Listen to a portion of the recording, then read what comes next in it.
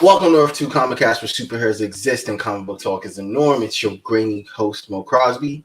As you can tell by the overlay, we are here to rank. It's another Earth2 rank show, and we are here to rank Spider-Man movies. And with me to rank these movies today are Anthony, who's new to the ranking game. Well, he's not kind of new to the ranking game. He's been here before. Cheers. Just to defend the best Robin, that's all. Slasha. And Ray, welcome back, Ray. Nice to have you. Everybody has a drink in their hand. Well, some of us got proper drinks. Wow. Pretentious glasses, but okay. Wow. Yeah, since we're throwing shots. So you guys aren't new to, well, Anthony's kind of new to this because you came at the end of one just to defend the only Robin that shouldn't be mentioned. Because he stands above all others? You're right. You're right. But you know what? Let's not talk. We're doing something totally different. So it's been what, 8 Spider-Man movies since what, 2002? Yeah, because I think the first Spider-Man movie came out in 2002, and it's been 7 movies since then. 2 from Marvel. Well, in the Marvel Cinematic Universe, because it's all from Sony, and every other one has been from Sony, and I think one really exceptional one from Sony. Yes, we will be ranking Into the Spiderverse, as in this, there's no live action distinction, or it's just because it is a Spider-Man movie. It is a Spider-Man movie. Yeah, so there's no rules for this one. So you guys have been here before. I'm going to show you our ranking order. Let's do this. I'm going to show you the ranking order of the show. Our ranking order today is going to be. Let's see. Can you guys see it? Yep. Okay, so God tier, good, mediocre, bad, and why were you even made? I really think there's one in all to go first. I think there's no mediocre Spider-Man movie. I just think there's there's no in between for Spider-Man movies, because it's either it's good or it's shit. What do you guys think? Is there a tweener Spider-Man movie for you guys? Yeah. Interesting. There's a mediocre one for me. All right, so I guess there's one mediocre one for me that I can put on there. Wow. So I guess we're about to see. Let's jump into the list. First things first, we're going to start in order. So the first Spider-Man movie is where we're going to start off with. Tobey Maguire was introduced as Spider-Man. What's her face is Mary Jane. And it had J. Jonah Jameson. It had Green Goblin as the villain.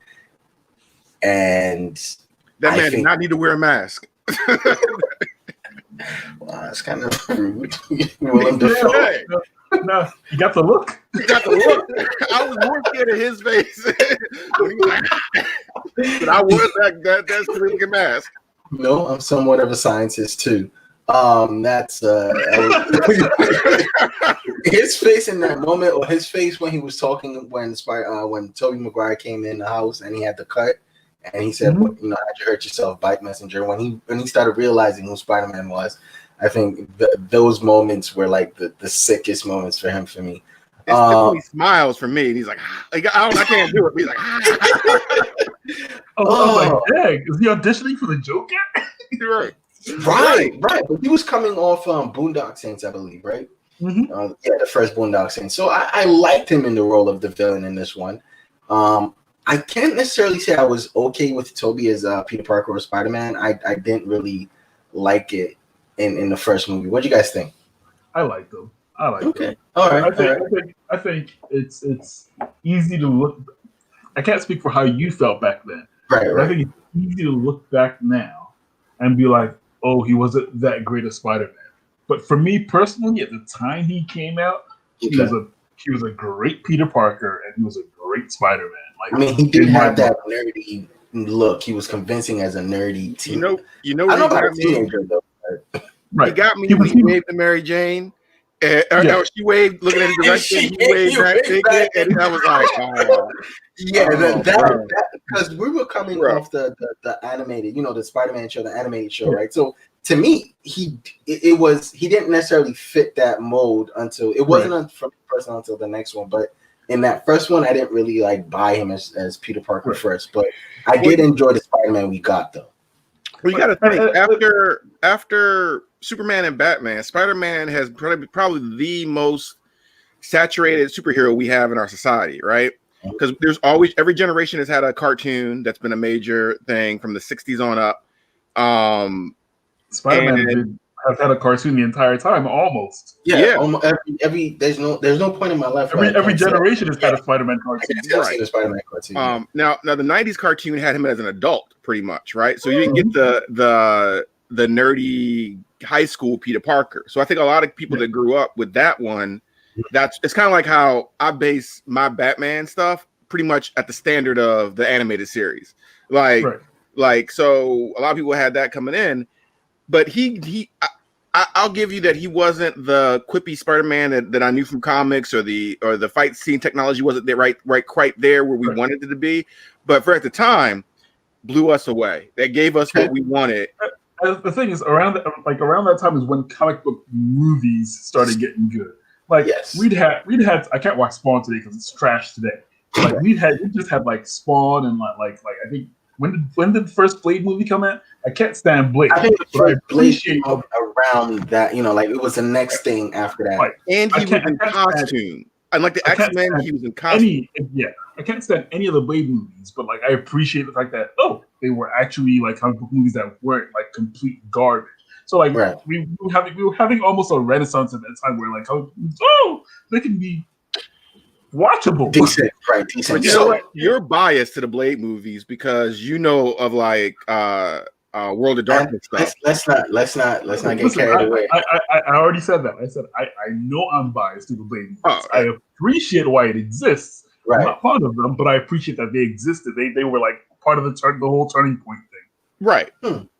Okay then. So, given that all the history behind this, where would you guys say this Spider-Man ranks?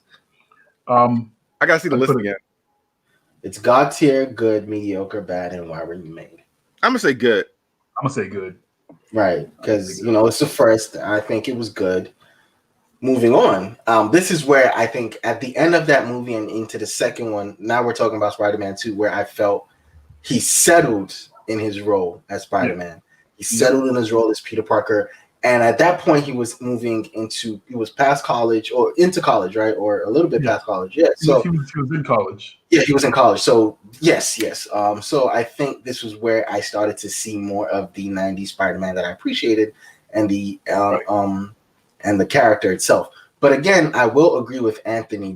His quips are kind of not there. Right. But in sense of so let's just the movie. Spider-Man could talk shit, and Tobey Maguire did not get that aspect. Yes, he didn't get that Spider-Man down. He tried some scenes. Some scenes he tried, but he really. I don't know that I can blame that on him. That's not Tobey Maguire. That's a script. Right. If there's no quips for Tobey Maguire to give, there's no quips. Or maybe he just didn't deliver them because the lines could have been there and his delivery. I mean, but there's a chance it's not 100% him. But what he did do and what endeared him to a lot of us from certain economic classes growing up was Peter's struggle was real. Oh my God. Working jobs, trying to maintain school. All through the 90s, all through the 90s and 80s, also Peter in the comics was just broke, hanging on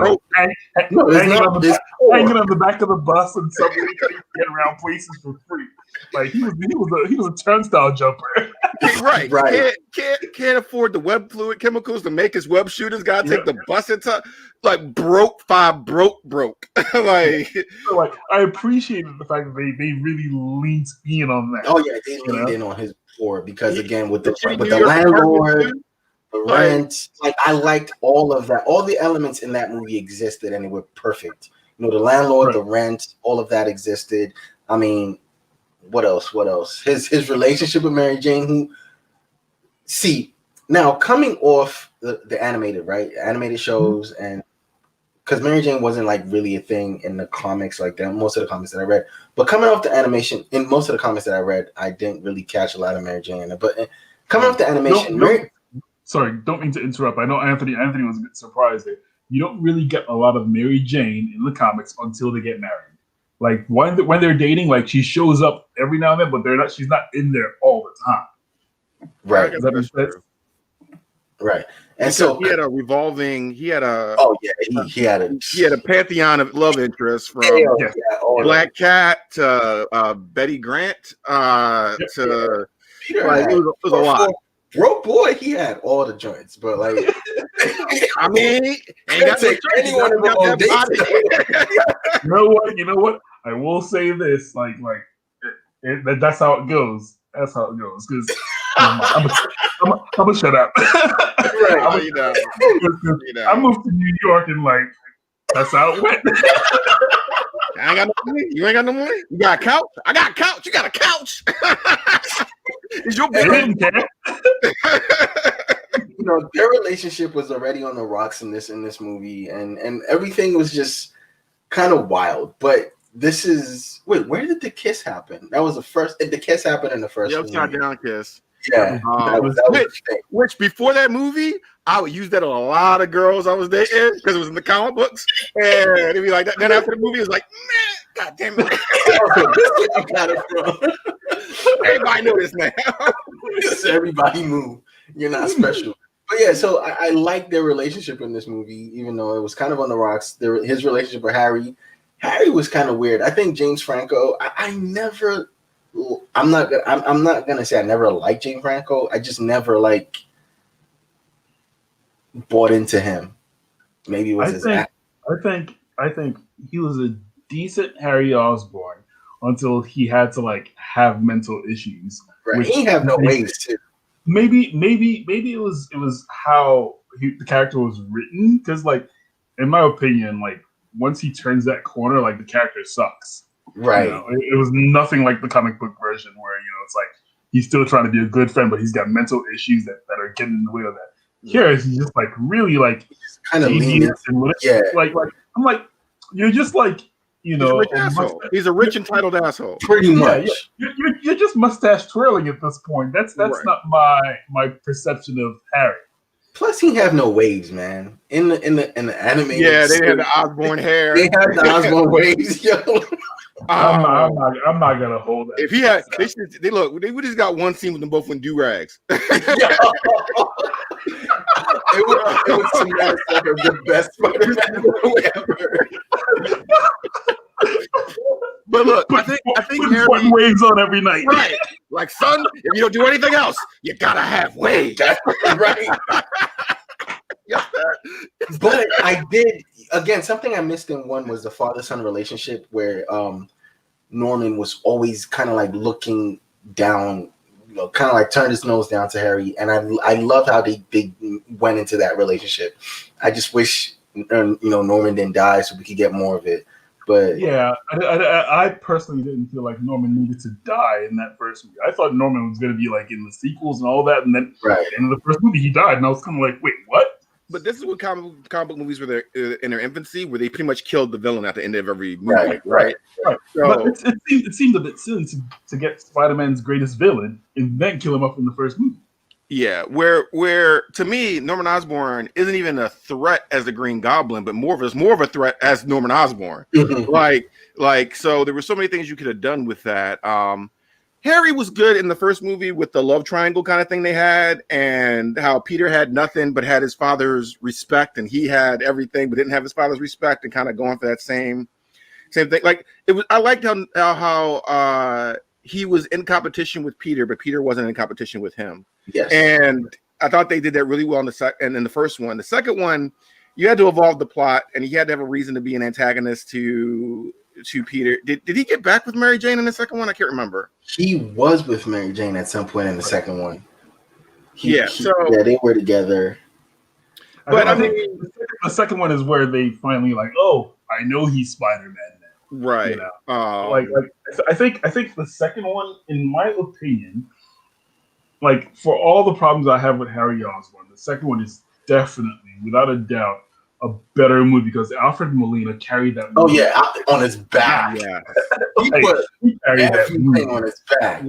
Look, I hated Doc Ock in the comics. Like I've never really liked Doc Ock. When Kane killed him in the comics, I was happy as fuck. But he brought such gravitas in his role to that and made it so that the issues I had with Doc Ock kind of faded away to his performance. Yes, and you kind of also felt for Doc Ock. I think this was one of the first times where I actually, I was like, wow, I can actually feel for this guy. Because even in the animated TV show, again, because I always go back to that, the 90s, you never felt anything. Doc Ock was just another villain. You never felt anything for him. And I think like Ray said. Yes, and I think when they put that emotional weight on him and they put, all the things with his wife and all of that on top of him, and they put that relationship he had with Peter, even though it wasn't like really big, it kind of felt there was a push and pull there. They did what the Batman series did with their villains to Doc Ock. They humanized them. Yes. And that's something Marvel's always done a really good job with majority of their villains, give their perspective. And you feel for them and you kind of go, I don't agree with what you're doing, but I understand. I can see why you're mad. I can see why you're mad. Like let's be honest. We're all mutants and Magneto show up. It's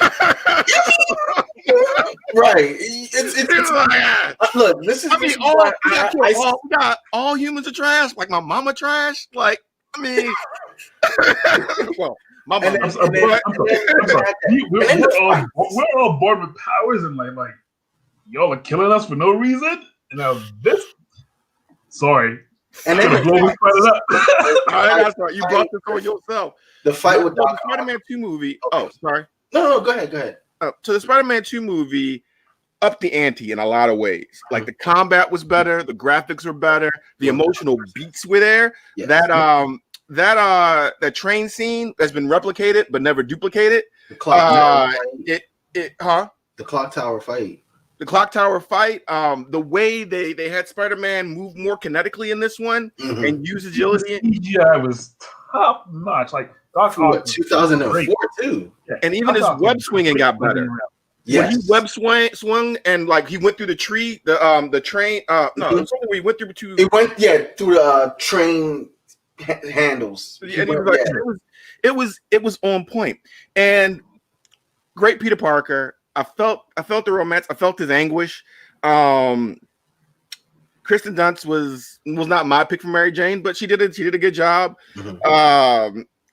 Aunt May was there. Like I liked it all, and Bruce Campbell brought it back. and again, Bruce Campbell was such a staple of this series that when the Spider-Man game came out and he narrated the training section, we were dying. He was like, "Hold on a second, you do this thing." I'm gonna grab a sandwich. So, given all of that, villain included, where do you put Spider-Man 2? I can still watch Spider-Man 2 today. I'm putting it in God tier. I gotta put it in God tier. If there was a tier between good and God tier, I'd probably put it there. But since Spider-Man 1 is in good, I gotta give it God tier. To me, the best comic book movie for a long time. A decade plus. Yeah, because that was 2004, and it wasn't until 2008. When did the Dark? Questionably the best comic book movie, for a lot of nerds. What was that? The Dark Knight came out 2008. I don't remember, but but the Dark Knight's in the conversation, but Spider-Man still had that spot as up to that point. It's still, I think it's still top 3 live action. Well, see, the problem is I couldn't rewatch the Dark Knight. Like I could watch the second. That's why I said for a lot. That's why I said for a lot of. Oh, you know what? I'm talking about the second Nolan movie. Yeah, the Dark Knight. Dark Knight. Yeah. What was the first one? Batman Begins. I can't watch Batman Begins again. Like I can't. Yeah, it's hard. It's not bad, and it's not bad. It's just that once you've seen it, you've seen it. There's nothing bringing you back. And even the Dark Knight, you really kind of just watch for the Joker scenes, kind of thing. And it's not a bad. And again, I'm not shitting on those movies. You should have been here when we did the Nolan ones and the Nolan movies. You should have definitely been here for that. But moving on, Spider-Man 3, and I think this is where we had sort of they have success. Where everyone is excited for the third one. We're getting rumblings of a Venom, and being introduced. What is going on with Harry? Is he going to become, because they had that fight in Spider-Man 2 when Harry, or was that in Spider-Man 3 when he took, he drank the venom or took the venom, and then he was becoming, he started going crazy like his dad. I think it was the end of Spider-Man 2 when he found his dad's vault. Right. It was at the end of Spider-Man 2 when he found the vault. We're getting Spider-Man 3. Now we're getting into space. They found symbiote. There's the one thing, so now you have all this success, and now because you have success, studio heads are like, this is what I want, or this is where we need to go. Right. This is how we need to make things happen. I think that movie, if they would remove the whole like Venom angle and just made the whole thing the Sandman movie, it would have been a great movie. Like they ruined it with the Harry Osborn and like Eddie Brock. Like I thought Harry was gonna be the next Green Goblin or the Hobgoblin. I was expecting something. I didn't to begin with, like turn. But go ahead. I'm probably biased against. I'm super biased against Venom. I can't stand the character. Like to me, he's like in Spider-Man, he's the epitome of like '90s edginess. Right. So like, I know a lot of people love the character. That's because they were edgy teenagers. They don't love the character, Ray. They love one story with the character. They love one story, and that one story is propelled into this whole type of thing. Either way, like I didn't feel like they needed to have Venom in that movie. Or if they decided they were gonna have Venom, they should have decided that a lot earlier on and had like Eddie Brock in the series from the start, or at least from the second movie. Or at least from the second movie. So did we all think when we got the rumor? Did we all think Joe, whatever, I can't say his last name, was going to be Venom? Joe who? So in the first movie, the guy who punched Spider-Man and missed, and ended up punching the locker. Flash. Yes, Flash. Oh, that was Flash. Never mind then. See, I was always surprised Flash never came back up, but so Ray pretty much said a lot of things, huh? What's up with that? He just never. It was forget the character. He was a bully who just disappeared. Right. Like they never had the whole like his love for Spider-Man thing in there. Yeah. So I think Ray touched a lot of what I was going to say. Apparently Sam Raimi didn't want to put Venom in, and he's kind of forced to put him in. You got to think that Sam Raimi was making his 60s Spider-Man. He was making the Spider-Man movies that he grew up on reading comics, which is that 60s era Spider-Man. Right. So I think he would have had a lot more love for just doing the Sandman. You could tell there was hints in there for what he wanted to do with them. I think also Hollywood didn't understand comics and didn't understand that the Phoenix Saga took like years to build up. There was multiple stories to build up the Phoenix Saga. There's multiple stories to build up the Symbiont sagas. Like you can't just drop these things in. There's a build up to make people appreciate some of these stories. Right. And so if you had a movie that started with let's say you had a 4-year plan where you did Spider-Man 1, Spider-Man 2 happened. Maybe when that sun thing came up, opens a portal or whatever, because I know you want to do cosmic stuff. You get the symbiote. Spider-Man 3 happens. He's a little more aggressive. He's messing with his relationships. Everything's going perfect. But he messed up his relationships because he's getting aggressive. He's in this competition with Eddie Brock since the first movie. And then you have a transition where like the 4th movie is about the Venom symbiote or anything like that. That would have been a lot better. You had to get a better Eddie. You had to get a better Eddie too. I don't know. What was interesting to me. I don't mean to cut you off, Anthony. What was interesting to me was like before like the announcement of the Spider-Man movie, like I've been going on and on and on to like friends about how like Topher Grace would be the perfect Peter Parker. He would have been the perfect Peter Parker coming from that. I kept going on about that. And like we got Tobey Maguire, and I was like, oh, okay, all right, well, he's pretty good. And then they were like, oh, we got Topher Grace to be Venom. I'm like, wait, what? and I think the reason they cast Topher Grace isn't because he's a phenomenal actor. I think they were looking for another everyday man type thing. Because they didn't want to Peter in the wrong sense. They didn't want to go because they didn't want to go the have a built guy. They were just looking for everyday, anti Peter Parker.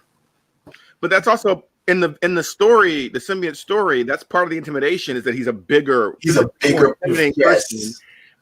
They left out the we. They left out the we of Venom and stuff like that. And also, 3 is where taking off the mask became a lot more annoying. Like he would take off the Spider-Man mask every chance he gets. There was a crowd of people down there. He was on top of like a one-story building. He goes, "Oh, there's a lot of people here. Why are you taking off your mask?" And so the thing is, they had the scene, you know. So in both, so what I liked about the first two Spider-Man movies, I forgot to talk about, is when in Spider-Man 1, where the Green Goblin has Mary Jane and the kids in the lift, right? He has them suspended, and he's like, choose one. And you have New Yorkers coming to Spider-Man's aid, like, you know, leave him alone. Like, you know, we're New Yorkers, we stand for our own. Like, they had that. And then in Spider-Man 2, they had the train scene where he's like, oh my God, you know, they had that Jesus moment with Spider-Man. You know, Zack Snyder saw that and was like, yes, Superman. And so they had that Jesus moment. And I think they since then they tried to recreate it so many times, or have like, so I think, you know, and then the thing with taking off his mask was it worked in Spider-Man 2, but in Spider-Man 2 was very natural. It was like, you know, don't worry. Almost what happened in Mando last week. He was like, I never saw your face. Well, you know, the actor saying, I want them to see my face on the thing. And probably Toby. And also, you got to understand, 9/11, it was still fresh. So Spider-Man movies that taking place in New York had a different weight to it. Yeah. You know, it had a different. I remember that first Spider-Man. Oh yeah, it was the "We Are New York" thing. It's like, you know, like it was the whole like. Remember that first Spider-Man trailer with the helicopter trapped two towers, two towers, and whatnot. Yeah, I remember that thing that was tight. With like, Twin Towers. Twin Towers, and then 9/11 happened. Yeah, but Spider-Man 3 is the idea of studio heads and too many hands in a pot, and there's a good understand the character. They didn't understand the character, and they forced somebody to make a '90s version Spider-Man, and that's why Steve Peter came off so goofy, because that wasn't his Spider-Man. Yeah. He was making '60s and '70s era movies. I really wish like studio heads be like, all right, so he made the first one and he was okay, and he made the second one and he was even better. Maybe he knows what he's doing. Right. Yeah. So let's let him do. Actually, you know what? We have all these ideas we'd like him to do. Let's tell him what our ideas are and let him decide if he wants to take them. Right. Like, he knows what he's doing. I guarantee if he was able to make the movies he wanted to make, he would have got the Spider-Man movies. Probably went at least 5 movies. We probably would have got and then probably 6 when it got really bad. And then no, we don't want you no more. So So where do you put Spider-Man 3, given Gwen Stacy and the dancing scene and the you know the little club scene? Where do you put that? I can't put it at what's the last tier? The last tier is why were you even made? What's right above that?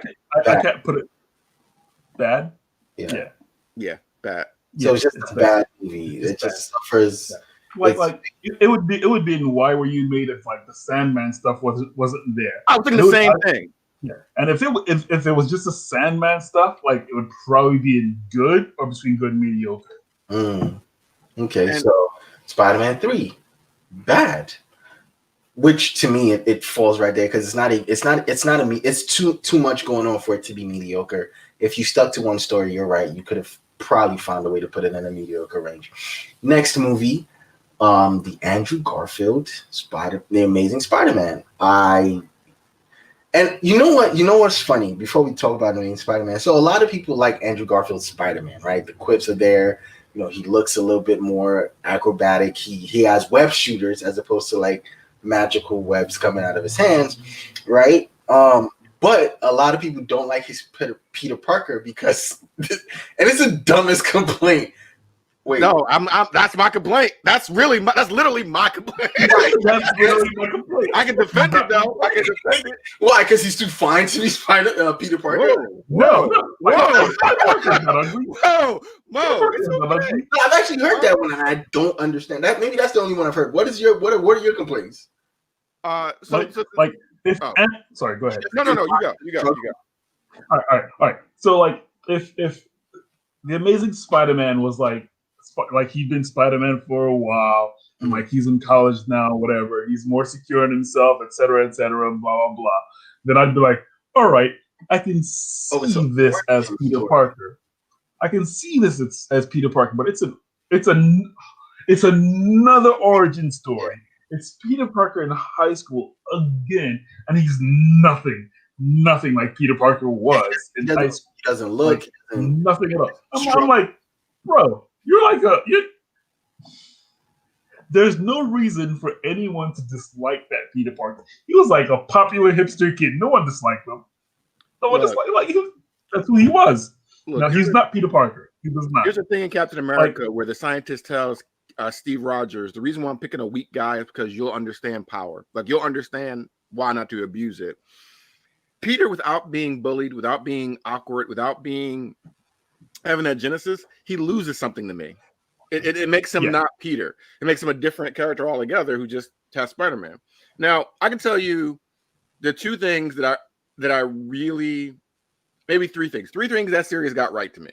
One, the quips were there, right? Like he was shit talking, but he was also, that's another thing. He was a shit talker when he was Peter too. So it wasn't like he put on the mask and that different persona. He was always that. He was a shit talking teen. Which again, not Peter to me. Right. The other thing is that Gwen Stacy love story. I don't know what it is. I felt the chemistry in that. Like, I guess maybe because they were dating in real life. I don't know what, but I felt the chemistry. Possibly. More so than I felt from Mary Jane and Peter in the first one. Really, we actually liked her. Huh? We liked her as a before she got cast because I thought she was a really I think they were dating. Yeah, she was also very relatable, and she did Easy. No, was it Easy A or was it Emma Stone? Emma Stone. She had just come from Superbad, so maybe she could just have. She just taken Lindsay Lohan's job. That is 100% true. So and they got they further evolved the fight to get more closer to the Spider-Man comics level of fighting. Right. And so I can't take that away from them. That was built on the back of other things, but really we didn't need another origin story. They should have just continued the series on. And I was open to the plot they hinted to about the parents, right? I was open to it. I didn't know where it was going, but I was open to it. Ray, coming from this PlayStation 4 Spider-Man, they took that plot in there, right? But it was a line. It was a line. But so you don't believe him as Peter Parker. I don't believe Miss Peter. He also doesn't look the struggle part, like even when moving to the second one, he never looked struggly. He just and who was the villain? Doc Connors. Was it? That's who it was. See, I couldn't even remember the villain motivation was really shit. I didn't remember who the villain was till just now. What I don't like about now I'm remembering that bad CGI. Yes, CGI was awful, and you're saying and it had what's the name? It had the Rescue Me guy, the Dennis Miller. He was Stacey's father. Yeah, not Dennis Miller. Dennis Miller. Yeah. So I thought what I didn't like, right, was I thought like no, fuck that guy, fuck that character. I'm dying. Don't date my daughter. The villain motivation is also pretty shitty. Like when Doc Connors goes, okay, like I've become the Lizard, but I'm gonna make everyone in New York lizards. Oh, that was dumb too. Like, fuck you. That was dumb. Yeah, I was like, fuck you. So the Stan Lee cameo was good though. Yes. There's a Spider-Man comic where he's talking to that pterodactyl guy. What's his name from that stupid island in the X-Men? Oh, Sauron or something like that. Yeah, he's talking to Sauron, and Sauron's like but he's talking to Sauron. He's talking about how with this machine you can cure cancer and this and that, and blah blah blah. And he's like, no, I want to turn people into dinosaurs. And it reminded me so much of that movie. Like, it just reminded me so much of that movie, how dumb that movie was. All right, so now, where would you rank that movie? Mediocre. Oh, I thought you said, would I rent that movie? I was like, no, rank. And no, like, so I was looking at you for a half a second. No, this is why I said to me, there's no in between, because I think if you put everything together, this is not a good movie. It's not even mediocre. It's bad to me personally. I think it's definitely better than Spider-Man 3. Yeah, that's my only. Exactly. So at the time, no, I'm gonna go at the time me thought. At the time me thought this was a mediocre movie. It wasn't really offensive. It wasn't really. It was like forgettable. It was, but it wasn't Spider-Man 3. It wasn't Spider-Man 3. Okay, so I guess 2 overall. I guess so. It goes into the mediocre range. And then they took that movie and said, "Hey, we learned after everything we learned from making this movie, after everything we've learned from making Spider-Man 3, let's make Amazing Spider-Man 2."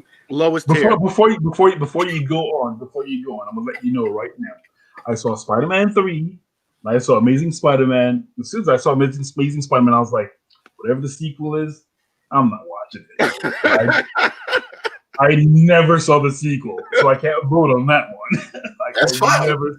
And that's fine. I think there's not a lot to talk about. This is just automatically Anthony. I guess we're going to agree whatever is less than mediocre. Why were you bottom of the list? It's bottom of the list. Everything was. And the reason, you know what, I appreciate what Jamie Foxx tried to do with the character, but I don't at the same time. No, I don't appreciate what he tried to do with the character before he became, the villain. Like, when he was in his regular state, I was like, what the fuck? Like, why? I'm sorry. The only thing that I felt was the Gwen Stacy death. I felt that. That's when, because I told you, I felt the chemistry from the first one, right? Right. But they didn't really build on it. They pretty much coasted off the last movie and then ended her. So, and they tried to hammer in so many plots of other movies they wanted to do, and they tried to hammer in. We saw the end of the movie in the trailer.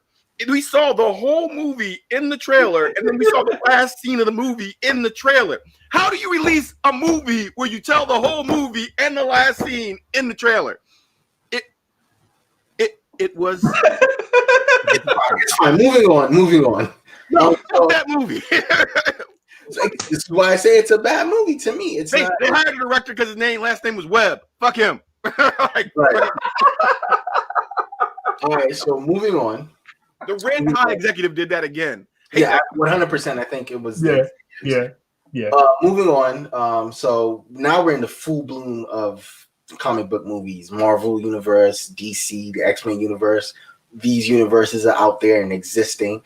And Sony, the whole thing with the emails had happened, and Sony's trying to look for a new way to, kind of help themselves, re-image Spider-Man. So in comes, I'm not gonna put this movie in there, but we get Avengers 2.5, Civil War, yep. And we get Spider-Man, and everyone lost their minds under Ruse, right? He showed up in that movie and was like, quit, trash talk, quit. I'm like, that's Spider-Man. That's Spider-Man. That is Spider-Man. And when he didn't have his mask on, he was kind of awkward. Like, I think I heard his voice crack a couple times. I know a lot of people didn't like that he kind of became a subordinate to Tony Stark, but I was fine with it. Explained a lot in the MCU universe, right? Or how they introduced it. Honestly, May was hot as hell. That was a change I didn't mind. Tony Stark is my least favorite character in the Avengers, and Spider-Man only made him better. So because his plot was pretty much over. Tony Stark's plot was pretty much over. There was nothing good about Tony Stark. Peter Parker is what elevated Tony Stark. There was nothing good about it otherwise. All right, and that's not what we get to discuss. Hold on. And in Civil War, it would have been easy for him own everybody but they kept his power level consistent to where it should be, and his experience to where it should be. Yes. He's probably stronger. And he was smart. But he's not a spider, huh? Like, he was smart too. Like when he's going on about Cap shield, when he's going on about the wings, when he's going on about Bucky's arm, and when he's making the Star Wars reference. When he grabs the arm, it's it's a cybernetic arm. Like, how does all those things came together. I was like, this is a perfect Spider-Man. Like, I can get his intelligence. I see him quipping. I see him talking trash, and I see him doing everything he can. Like, this is it. I'm excited for that next movie. And he didn't come off like an asshole, which is really hard to do with a character like that, and with the way they try to have him be witty and quippy. Because Tony Stark comes off like an asshole, right? That's his character. He's an asshole. Right. Peter didn't come off like that. And even when he was fighting people, and it was especially great because like the Winter Soldier had been destroying everybody with that arm for like a movie or two. And when he caught it, he's like, oh. And then the scene with Cap. I think that sold it. That was it right there. That was the sell right there. But now building on top of that, because again, the Marvel Sony as the producers let Marvel just write, direct, and do whatever they wanted to do with that movie. They let them build that. Build up on that, and then they put that into Spider-Man: Homecoming. Now, Spider-Man: Homecoming had him in high school. We got to see him struggle in high school, struggle with being Spider-Man, and struggle with being Peter Parker. He goes on a field trip. They completely took that broke thing out of there, which wouldn't make sense for him to be broke because Tony Stark. Right. Like Tony Stark being but despite that, he still had the core essence of who Peter Parker was. Right. So seeing him live in an apartment instead of a house in Queens, which doesn't make much sense if you're, No. Like that's what Queens is. Queens is houses and apartments. No. What I'm saying is that him being in an apartment had a more relatable to people who weren't, because he was never the well-off hero, right? And while in the 60s it was normal for working class people to have houses, in modern times it's a struggle. It's a struggle to have a house. And I don't disagree with you, but having lived in Queens, like people rent houses just the same way as they rent apartments. Yes, renting, yes, but I think that gets in the earlier Spider-Man movies, that was Aunt May and Uncle Ben's house. Right. I think that it gets muddled. It's kind of like the Friends thing. I think in a modernized sense, I get what you mean. But like in almost every iteration of Spider-Man, like in Ultimate Spider-Man, in Spectacular Spider-Man, the animated series, like almost every version of like Spider-Man that takes place with him living with Aunt May, it's in a house in Queens. Yes. Yeah, but that's when you make Aunt May 60 or 70 when they probably bought the house when they could afford that house. Good point. Very good point. So to have her as a relatively young Aunt May, have them hint, and I really love this. I really do want to pay off though, but hint around the tragedy that happened. Like they don't never specifically talk about it. They're avoiding it a lot, and they do it so well. Like I'm so sick and tired of like you made so many movies of this guy. Please, we all know his story. Just make the movie.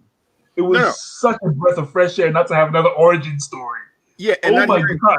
Because it kind of was. If you look at it though, it kind of was an origin story, but it wasn't the origin story that we're kind of jumped off after the point. Like they jumped off with him already being Peter Parker. And I'm not saying I need to see Uncle Ben die again, because Uncle Ben is probably tied with the Waynes at this point, is how parents get married. So I'm not saying that, but I want to see an emotional payoff where they actually address it. Because there was one point where Peter was missing or something like that, and May freaked out and was like, you know what happened? And da-da-da. Yeah. You don't need to tell us what happened. Right. We see the trauma. We see the trauma. We know what happened, but it's there, and I want to see an emotional, you know what I mean? Right.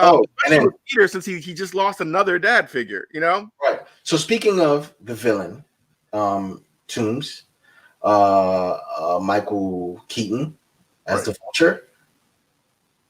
I did not love it. I did not expect to like the Vulture character ever. Right. He's like, has Vulture ever? Vulture has a story by himself, right? But like, you know how Anthony feels about Doc Ock. That's how I feel about Vulture. This is what a good script, a great actor can do with humanize the character, because he's not wrong. He's not wrong. I mean, I know he's technically the bad guy, but Tony Stark. No. Let's rephrase that. He is wrong. But he has every right to be as angry as he is. It's the same thing. Like you shouldn't be doing this, but you got mouths to feed. You got people that you're responsible for. Tony Stark screwed you over again. It also shows the damage that Tony Stark's capitalism, unchecked capitalism, always, how it affects.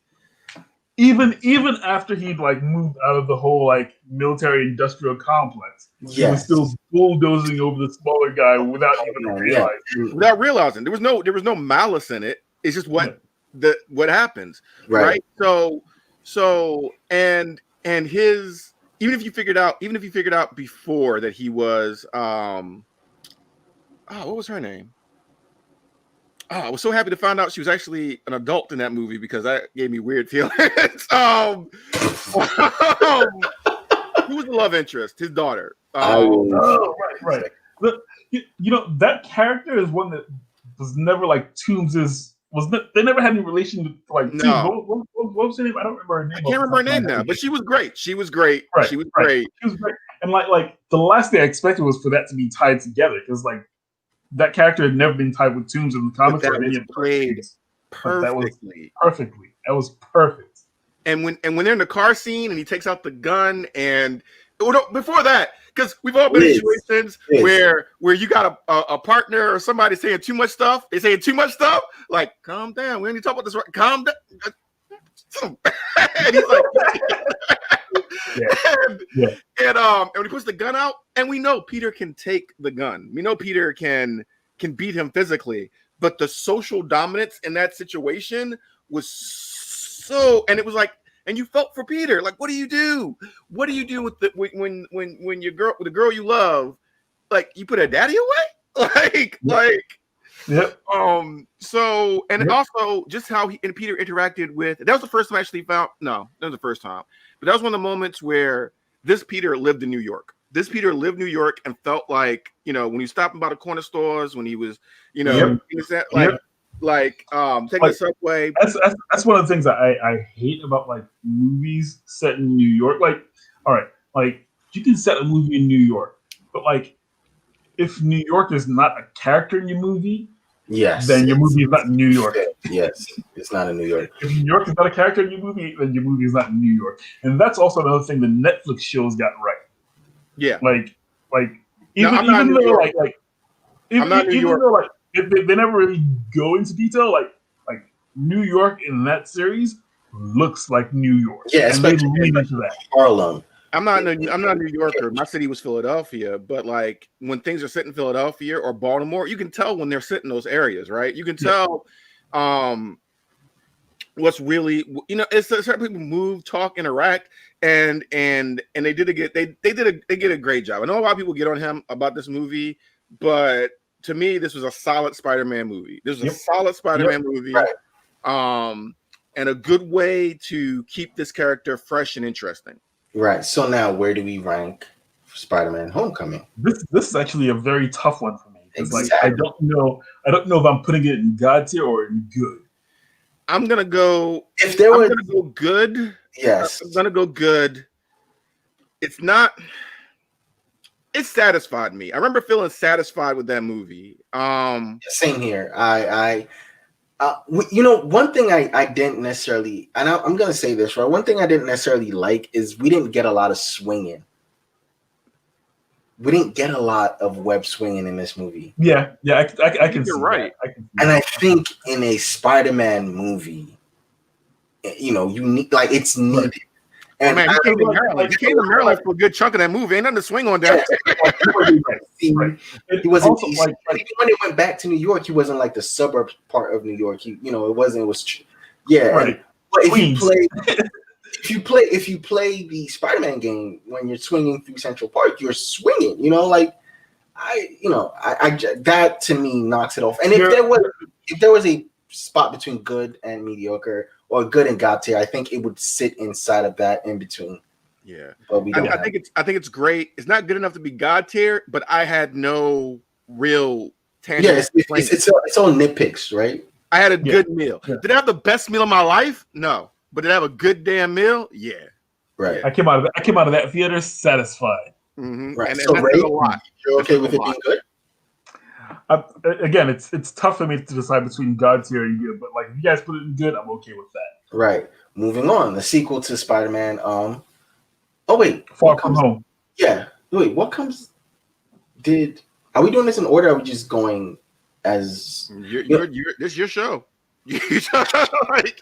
So moving on, let's just go ahead and drop Far From Home. So the sequel, after Infinity War and Endgame, you get Far From Home. again, you get this Spider-Man in 2 other movies, but so his character actually grows, and so Far From Home to me is almost like a sequel where it's not like we've seen his character growth, we've seen him evolve, right? Far From Home was like maybe seeing the rest of his supporting cast grow.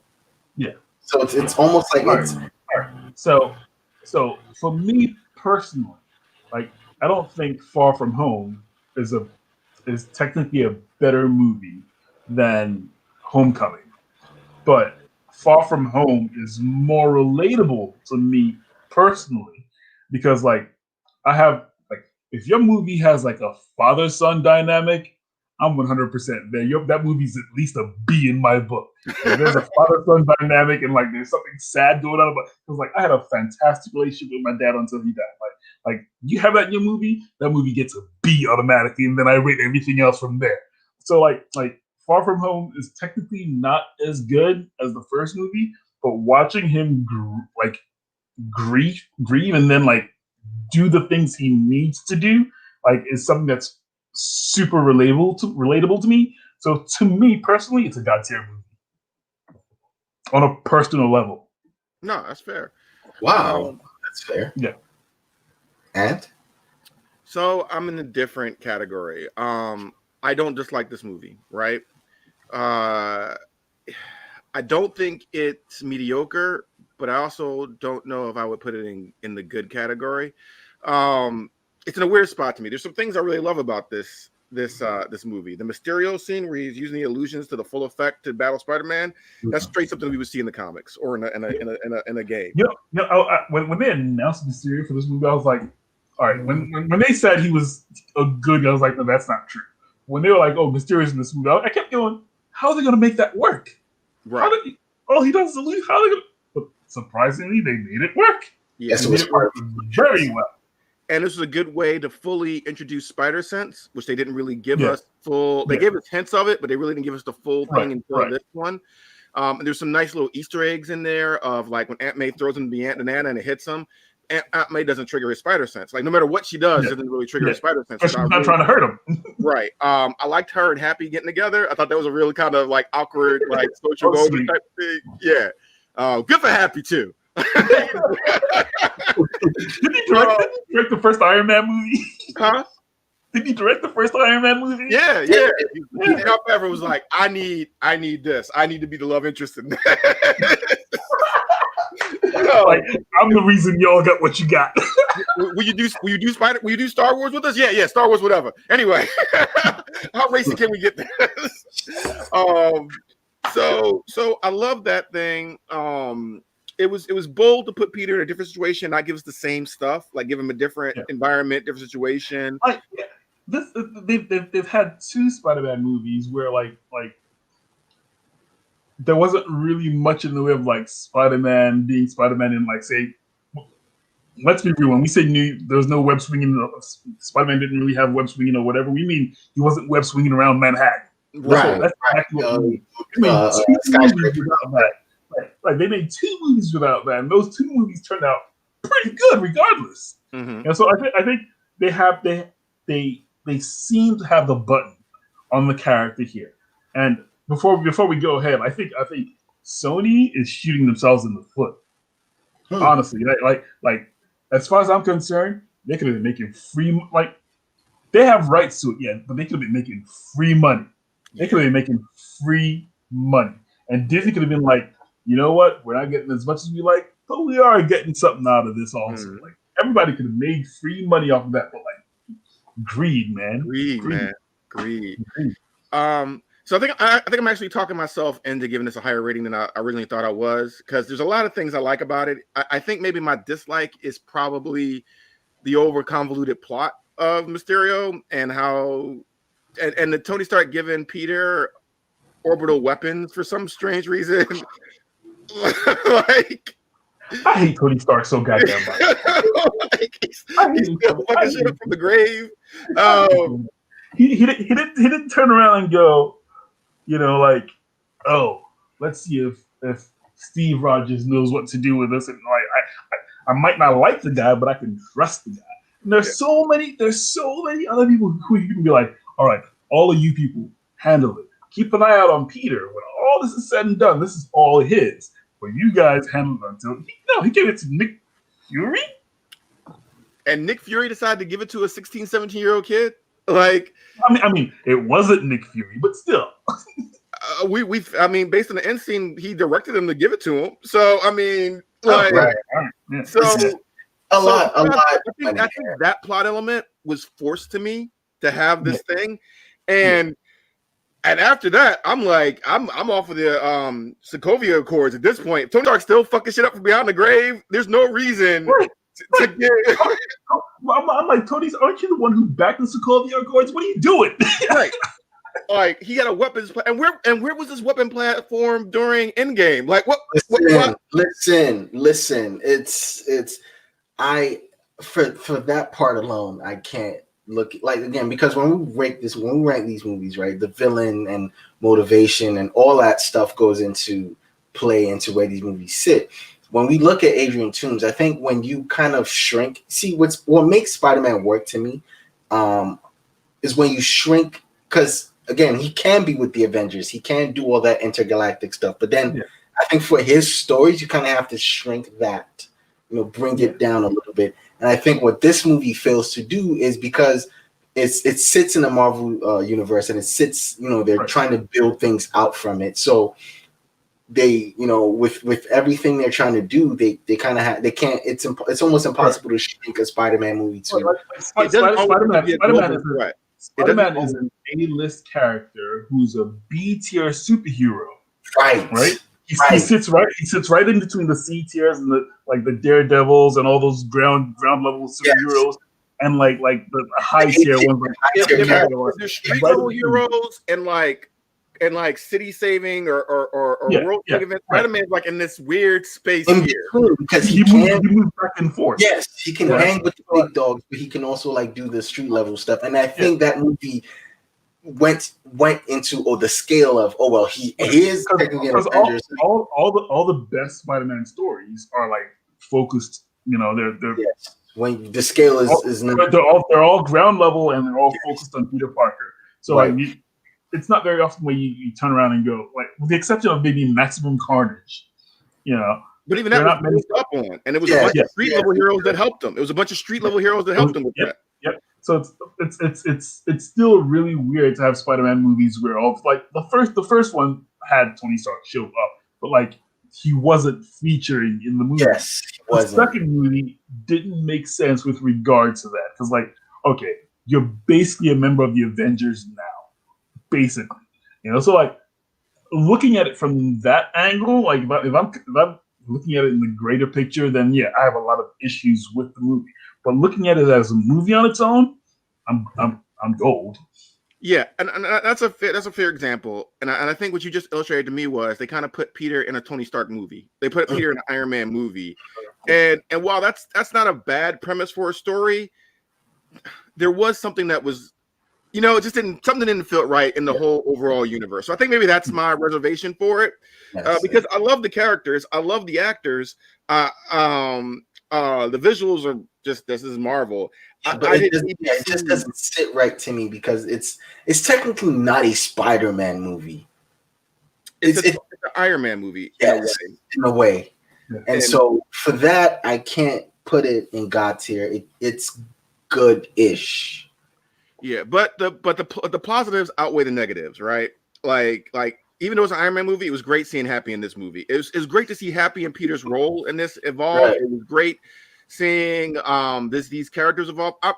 I can't lie. Am I going to be there for the next one? Yeah. The next one is going to be huge. What the first movie had? Like, the first movie had Peter Parker being smart and figuring things out, like programming his calculator to do stuff and a whole bunch of other things, right?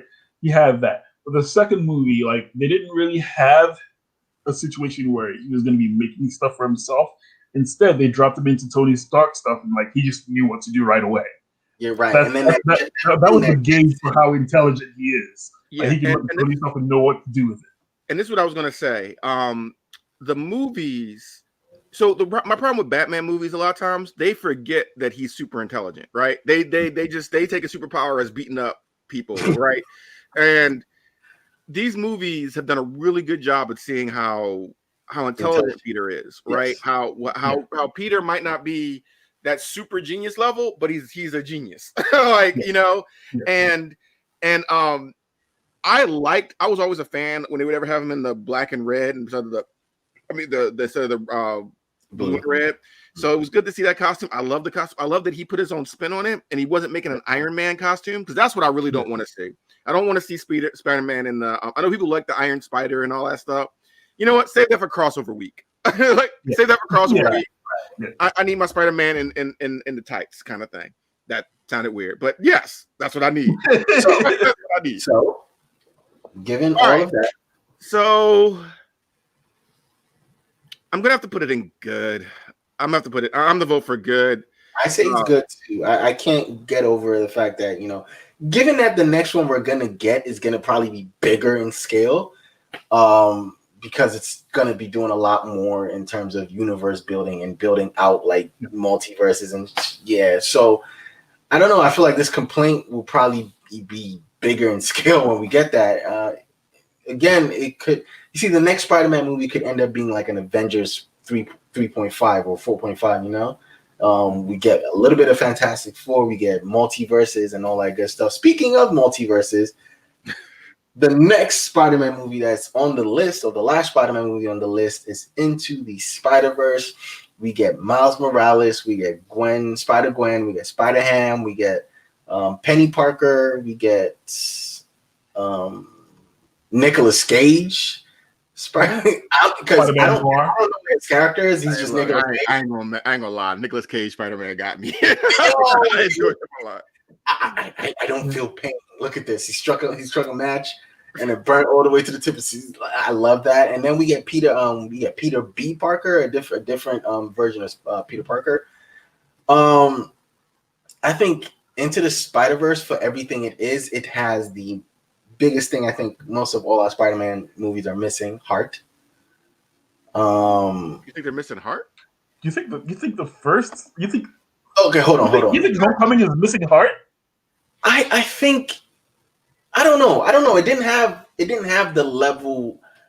Maybe it's the level of just. I'm just super biased towards Into the Spider-Verse. I think it's the goddess tier Spider-Man movie.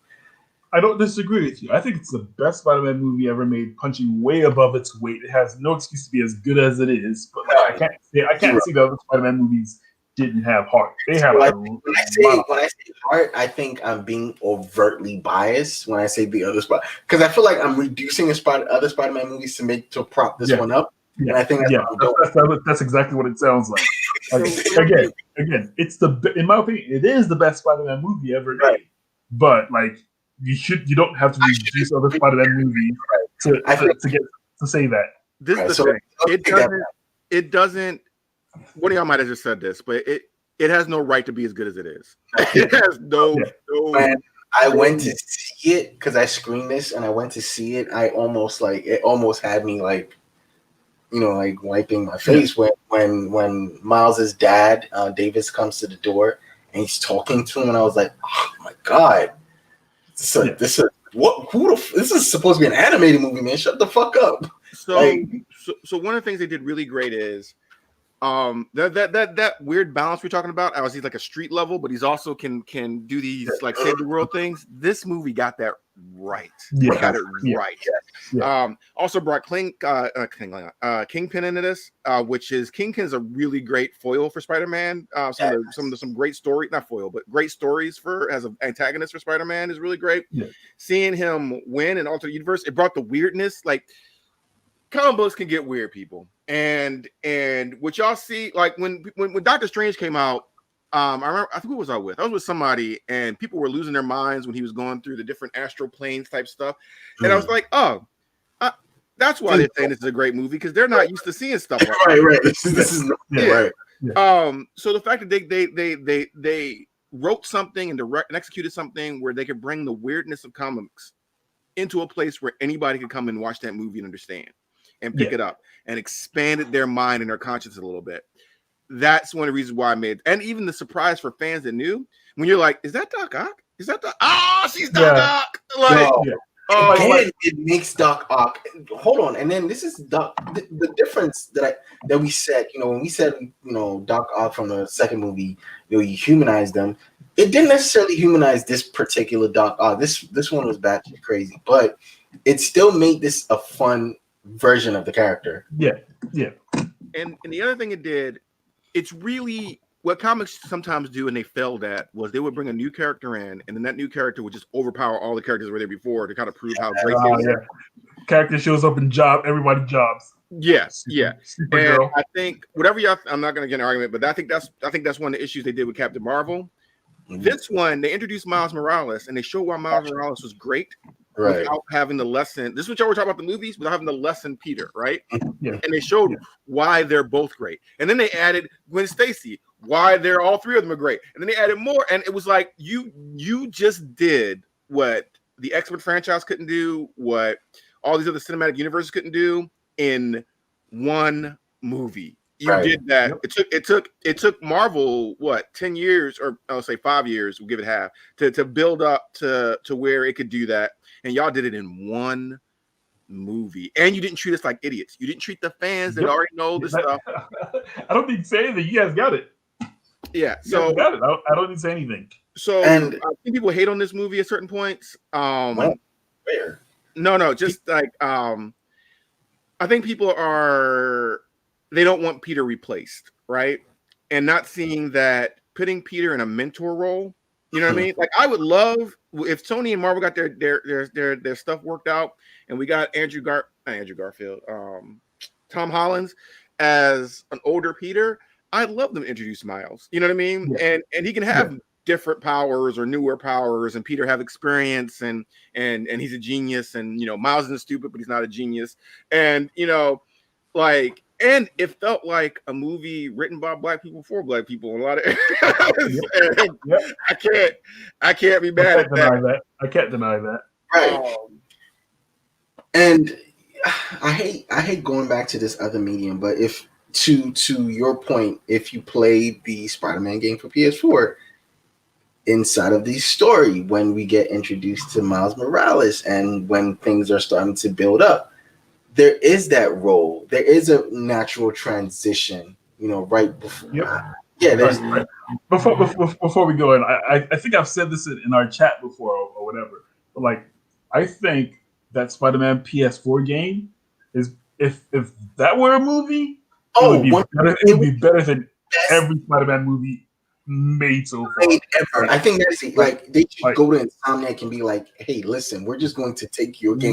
When I got to the end of that game, oh my god, my feelings were raw. I think you're nailing something. Is a good Spider-Man story has heart. It has some tragedy because that's Peter's life. Yep. Like Peter's life is a tragic life. I'm not doing it for anyone who hasn't, because I just played it. I don't know how Ray feels, but I just got done playing it. And when I set the controller down at the end of the game, I had to take a break. It's a lot. That end is a lot. So I think that and Into the Spiderverse had that same feeling when Uncle Aaron dies and when his dad comes to talk to him, and then when he's fighting Kingpin and his dad who hates Spider-Man is standing there like, get him. And I'm like, oh my god, can you stop? When he lets Peter go, when Peter tries to stay and he lets Peter go to handle it, and Peter goes back to when Peter goes from wanting to die to actually, because in my mind, and I'm not sure which Peter it is, though I'm not saying that's what it is, but in my mind that was the Tobey Maguire Spider-Man. Like that was the Spider-Man that I assumed this was. I think they inferred that it was like a mixture of right, because they did his whole flashback where he did the whole train thing, whatever. I think he's supposed to Gwen Stacy thing in some points. Right. So he's kind of a mixture of various Spider-Man we've had. It's an amalgam of both. And what I thought was really interesting, we saw the quote unquote perfect Spider-Man that had the perfect quote unquote life, but that Spider-Man really couldn't cut it. Like not want to take away from it, but like that perfect Spider-Man wasn't really Spider-Man. You know what I mean? Where where you got to see these different facets of Peter Parker, and Peter Parker being able to go home and I assume go back to Mary Jane and rebuild his life, like that meant a lot. Because you know what? I think that when you come from a certain, like I said, there's been Spider-Man for like the last 3 or 4 generations. There's been Spider-Man. It's saturating the media. We love the character of Spider-Man. Like we love the character. There's a reason we love the character. There's a reason we love the character. It's the same reason we love Dragon Ball Z. These characters don't have anything. They can't stand up to anything, but they build themselves up. Mm-hmm. And he works for it. And when you saw that alternate universe and they picture a universe with Mary Jane that doesn't have a Peter, that was hard. That was hard to, you know, and Peter's like, even Penny Parker had a sad story. Like it wasn't. I think it's just they played up everything, every aspect that we know of Peter Parker got put inside that movie. And when it came to Miles, as you said, that scene where Peter's like, I have to stay, and if you knowing that he's gonna die, and Miles is like, no, like, go, you know, free whatever is burdening you, you should let it go. And then, I think that's what it is, and I think they're trying to hint it to her when they were trying to tell him Miles what it takes to be a Spider-Man. Yeah, things might suck, but you dig down, you push through it. You know, you might always be punching over your weight class, out of your weight class, you know, but a Spider-Man digs deep and gets it done, or you know what I mean? Like I mean, it's the same thing they've said all in every single Spider-Man movie. With great power comes great responsibility. Yeah.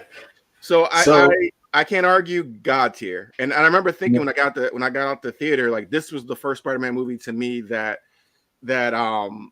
was up there with 2 after I first saw 2. I saw it in a small, like almost dingy theater in Australia, and like I came out and I was like, I didn't care the way I saw it. It was a great movie. That was a great movie. It's if there's an argument for a Spider-Man movie that edges 2, I think this is the movie. Just a little bit.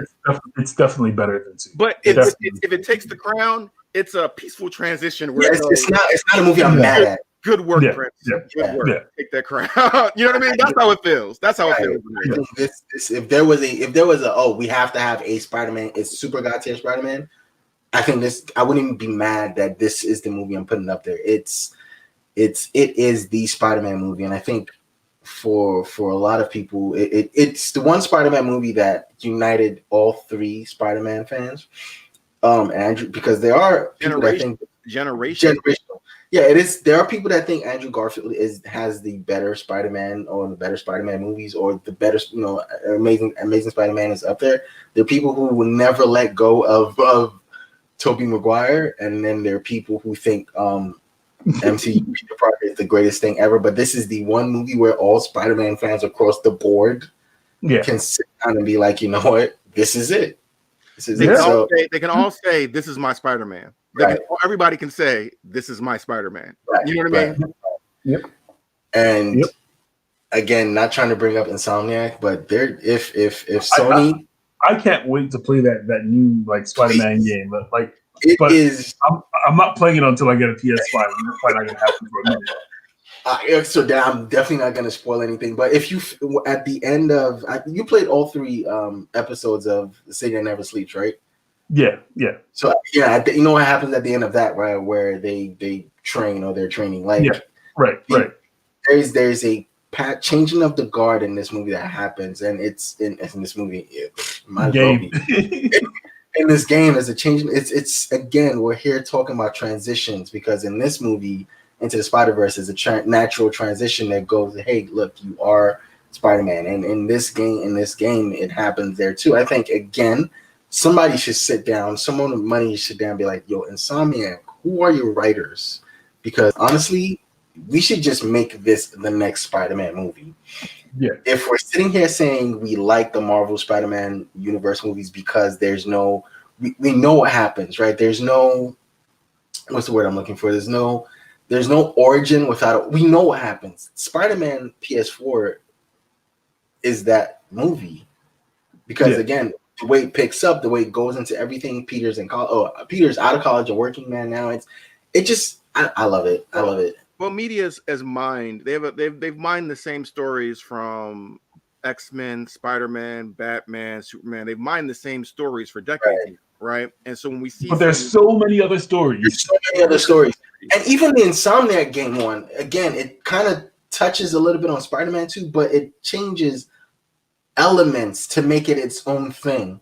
And you can take those stories, but you can't, change things to make your own thing. I'm not mad at anyone that wants to do that.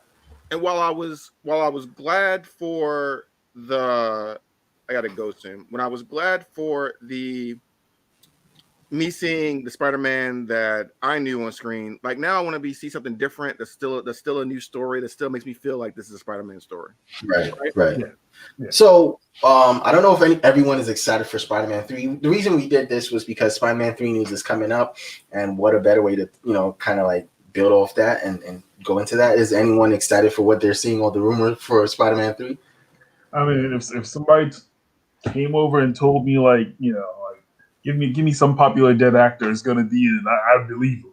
At this point, everyone is gonna be Spider-Man. At this point, if they were like the guy who played Spider-Man in the '70s, in that horrible TV show is gonna be in it, I'd be like, I believe it.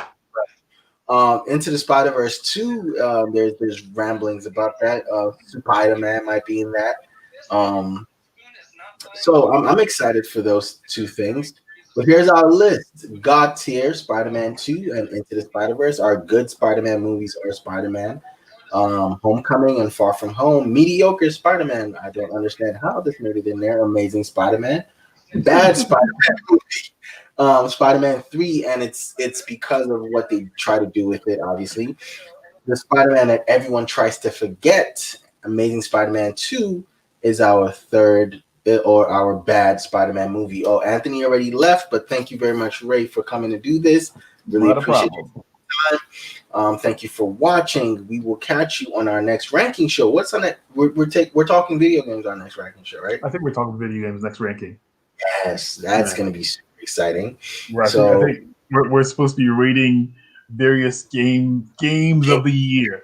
Like, I think I suggested there's an issue with that because a game can win different places have different game of the year.